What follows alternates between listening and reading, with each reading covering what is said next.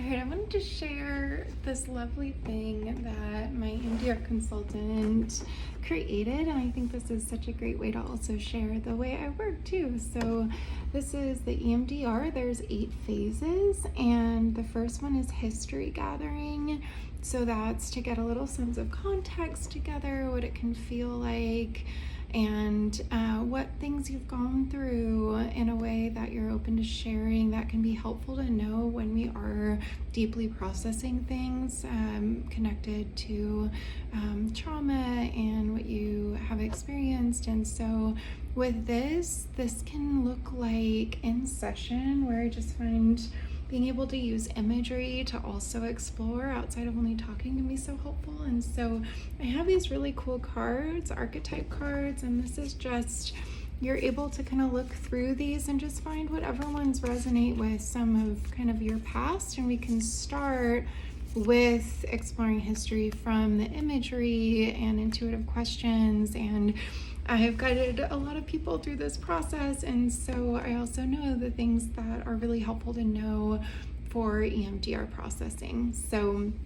that first one, history gathering, usually that's the first session, and also a little bit into the next session, and just seeing what comes up related to what you are wanting to work on and what you're wanting to feel different with. And then preparation is the second phase, and we kind of do these a little bit close together, but the phases where you are exploring things that are grounding.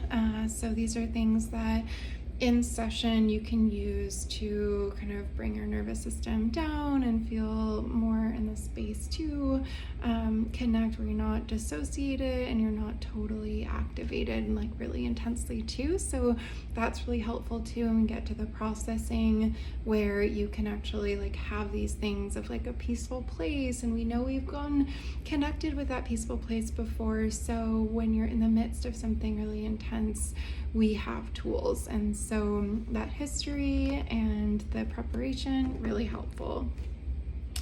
And then 3 is target selection, and we can do that like I'm already keeping a little bit of a sense from what you're sharing in history and what you've shared you want to work on as far as like how you would want to feel different, or what you'd really, the area that you really want to change. So this might look like exploring, let's say right now you're feeling pretty powerless, and so exploring kind of earlier times of feeling powerless in your life. And then that's when we decide, okay, is there still a body sensation with that powerless sense and that time? And that might be a really good indication, especially earlier moments of feeling powerless when we didn't have the tools and sense of connection and safety that we might have now, to work on that, like the first time of feeling powerless.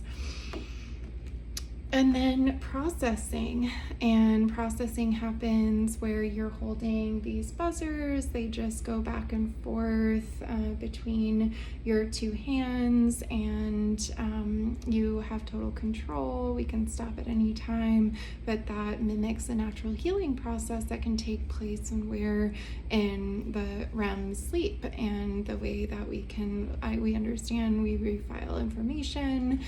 So that might be an example, like you go to sleep and feeling really overwhelmed, and then when you wake up you feel a little bit better, and that's kind of like, okay, those things that felt more anxious, I feel a little different, so they're not as intense now.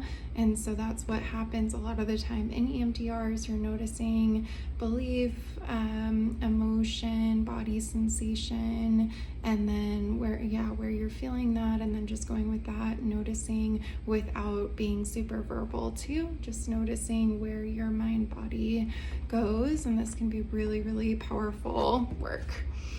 And then, so that's 4, and then installation, oftentimes there is this like powerful belief that can come up from what is processed. So if before you felt powerless, maybe now with this new sense of understanding and bringing kind of safety to that time, and also a lot of the time noticing like, oh, I'm feeling like more detached from that. It's not like it's happening right now. A lot of the time with trauma, if it's stored in a way where it was like to protect you, and so we're like, okay, well, anytime I hear a sound that possibly relates to that sound that I heard when something bad happens, then my body's just going to respond because it's protecting me. But now you likely will feel like a little bit more grounded and safer, and that comes with these new sense of, oh, I'm powerful, or I matter, those kind of things. I'm enough. Those things really bringing it into like how we feel now versus how it was stored at the time, and really feeling that in your body. And then the 6 is phase 6 body scan. And that one is also just noticing like, okay, anywhere when you're noticing that positive belief now, maybe I'm powerful, anywhere in your body that maybe you don't, that's still kind of tense or somehow fuzzy, or feels like there's still something there, and then we still process that too. And then finally, closure. So that might look like doing some grounding together. That might look like if there's something that was brought up and felt like, oof, we don't have space and time to finish processing that, but let's put it in a container for now, knowing that we can come back to it, and also it's we can open up that container whenever it serves and you're in control. So I have some really wonderful tools for that. And then the re-evaluation, that's the next time that we meet, and we're just checking in. We can do that just asking like how anything that you notice since our last session, any dreams, any new beliefs, anything like that connected.